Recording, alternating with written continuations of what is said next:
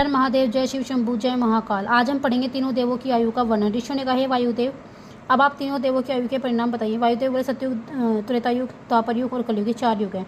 सतयुग में 400 वर्ष की संध्या और 400 वर्ष का सद्यांश होता है। इस प्रकार सतयुग की आयु जो है 400,000 वर्ष की होती है। त्रेतायुग 30,000 वर्ष का होता है, इसमें 300 वर्ष का संध्यांश होता है। द्वापर युग 200 वर्ष संध्यांश का होता है। कलयुग में 100 वर्ष की संध्या तथा सद्यांश होते हैं।